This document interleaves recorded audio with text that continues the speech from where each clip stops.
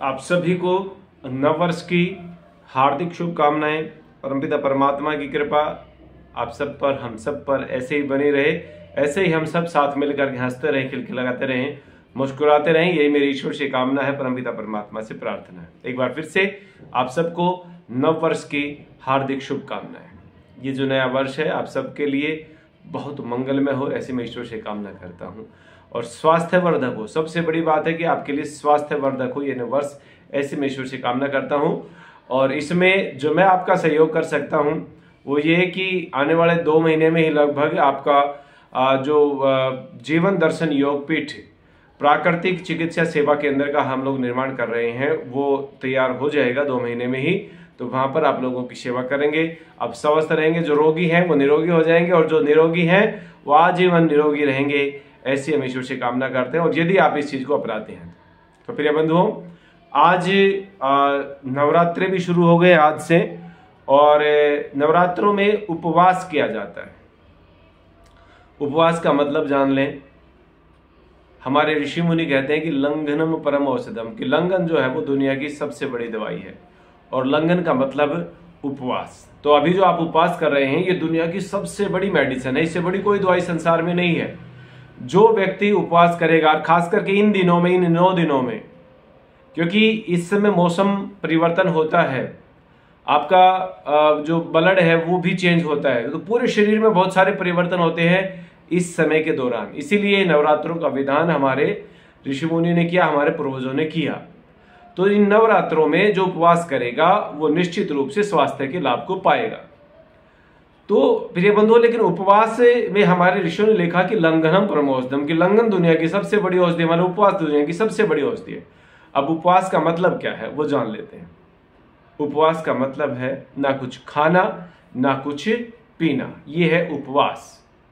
क्योंकि यदि आपकी मुंह में कोई भी चीज आपने डाली तो आहार नली से होती हुई अंदर जाएगी। तो कोई भी चीज यदि आहार नली में से अंदर गई तो आहार बन गई आपके शरीर में, आपके शरीर को उसको पचाना पड़ेगा, वो आहार है। जबकि उपवास का मतलब है कि कोई भी आहार का सेवन ना करना। तो यदि जल आपने लिया तो जल आहार हो गया, यदि आपने रस लिया तो रस आहार हो गया, यदि आपने फल लिया तो फल आहार हो गया। तो इस प्रकार से यदि आपने मुंह में से कुछ भी डाला तो वो आपका आहार है और उपवास नहीं है। तो उपवास की परिभाषा जो है वो है कि ना कुछ खाना ना कुछ पीना, ये है उपवास। और हाँ, अभी आप सोच रहे होंगे कि भूखा तो बिल्कुल तो नहीं रहा जाएगा जी, तो फिर कोई दिक्कत नहीं है। आपको तरीका मैं बताऊंगा अभी कि ये 9 दिन के 9 दिन आप कैसे उपवास करें, तो वो सारी प्रक्रिया बताऊंगा। लेकिन ये सबसे उत्तम प्रक्रिया और जो हमारे ऋषि मुनियों के शब्दों में जो परिभाषित किया गया उपवास को, वो मैंने आपको बताने का प्रयास किया है। और मैं मॉडर्न मेडिकल साइंस में भी डॉक्टर ओसुमी, जापानीज बायोलॉजिस्ट, उन्होंने 42 साल रिसर्च किया और वो ये कहते हैं कि उपवास दुनिया की सबसे बड़ी दवाई है। आप ऑटोफेजी होती है इसके दौरान, फास्टिंग के दौरान ऑटोफेजी आपके शरीर में होती है, आपका शरीर आपके रोगों को खा जाता है जब उपवास पे होते हैं आप। लेकिन हम लोगों ने उपवास का कहीं ना कहीं उपहास बना दिया, मजाक बना दिया है। हम लोग सारा दिन कुछ न कुछ खाते रहते हैं। और अब तो कमाल ही हो गया है, वर्ष स्पेशल कुट्टू काटा, वर्ष स्पेशल कुरकुरे, वर्ष स्पेशल चिप्स, वर्ष स्पेशल लेज। होटल में आप जाते हैं तो बाहर लिखा मिलता है वर्ष स्पेशल थाली, और शाम तक आप 2-2 किलो आलू खा जाते हैं, फिर भी आप उपवास पे रहते हैं। तो ये मुझे लगता है कि उपवास नहीं है, ये उपवास का उपहास है, मजाक बना दिया हम लोगों ने उपवास को। तो उपहास ना बनाए इसका, उपवास को सही तरीके से करेंगे तो आपको निश्चित रूप से लाभ मिलेगा। और एक और बात मुझे समझ हो रही है कि इस दुनिया की कोई भी माँ, केवल माँ ही वो शक्ति है जो लात खाते खाते भी हमें भोजन कराती है। इस दुनिया में कोई भी ऐसी शक्ति नहीं है, कोई भी ऐसा व्यक्तित्व नहीं है जो मार खाते खाते हमें भोजन करा दे, पीटता भी रहे और हमें भोजन भी कराता रहे। शायद आप सोच रहे होंगे कि ऐसा तो माँ भी नहीं करती, लेकिन करती है। आप ध्यान कीजिए, बचपन के उन दिनों में अपने बचपन में लौटिए, जब आप एक स्तन पर दुग्ध पान करते थे और दूसरे स्तन पर लात मारते थे, तो वो लात खाते खाते भी माँ हमें भोजन कराती थी। ये शक्ति इस दुनिया में केवल और केवल माँ के पास है, जो पिटते पिटते भी हमें भोजन कराती है। तो दुनिया की कोई भी माँ ये नहीं चाहेगी कि उसकी संतान दुखी हो, दुनिया की कोई भी माँ ये नहीं चाहेगी कि उसकी संतान बीमार रहे, रोगी रह करके जीवन को जिए। दुनिया की हर माँ ये चाहती है कि मेरी संतान स्वस्थ रहे, निरोगी रहे और हमेशा हंसती रहे, खिलखिलाती रहे, हमेशा आनंद में रहे। तो प्रिय बंधुओं, जिन माताओं के लिए, जिस माँ के लिए आप ये उपवास कर रहे हैं, वो माँ भी यही चाहती है कि आप लोग स्वस्थ रहें। तो प्रिय बंधुओं, जिस माँ के लिए आप उपवास कर रहे हैं, उस माँ ने हजारों वर्षों तक केवल पत्ते पर रह करके उपवास किया था। पत्ते पर रह करके अपने जीवन को यापन किया था। पेड़ पौधों के पत्तों का ही सेवन करती थी। आप उस इतिहास को पढ़ें, आप हिस्ट्री को जानें। हम जानते तो है नहीं और बस अंधाधुंध उसमें अपने लगे रहते हैं। तो यदि सच में आप माँ की भक्ति करना चाहते हैं, सच में आप माँ के लिए उपवास करना चाहते हैं, तो फिर उपवास यही है। तो उपवास यदि आप करना चाहें तो देखिए, सबसे उत्तम तो मैंने बताया कि आप यदि इस मुख से किसी भी चीज का सेवन ना करें तभी वो उपवास है। लेकिन इसके अलावा साथ में आपको संजीवनी क्रिया भी आपको करनी पड़ेगी, जो हम प्रतिदिन पहले चर्चा करते रहे हैं अक्सर संजीवनी क्रिया की। मेडिकल साइंस में इसको एनिमा कहा जाता है।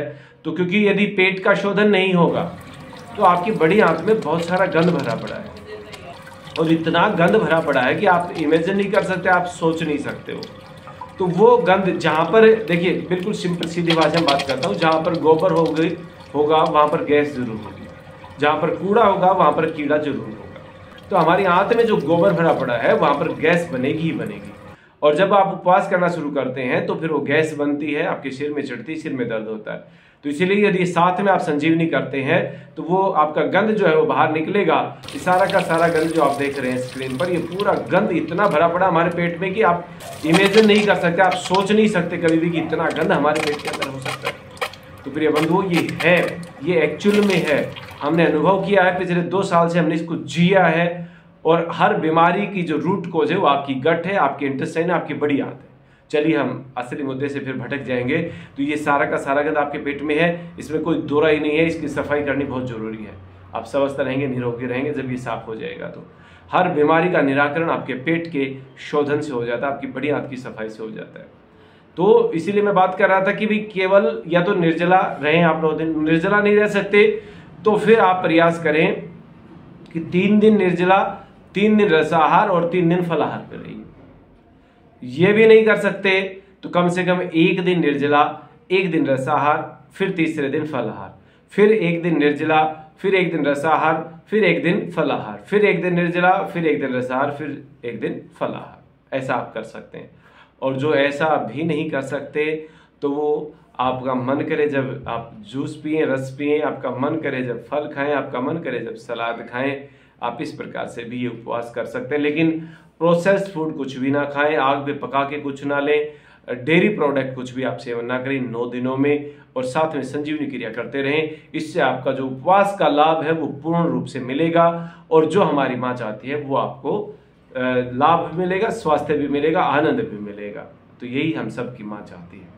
तो ये उपवास का तरीका है, आप ये करें। संजीवनी क्रिया साथ में आप जरूर करें, इससे आपको जो है लाभ मिलेगा, क्योंकि गंध की सफाई होगी तो फिर निश्चित रूप से आपके शरीर में कोई रोग नहीं रहेगा। तो ये उपवास का तरीका है, निश्चित रूप से आप इसको करेंगे, मैं उम्मीद करता हूं।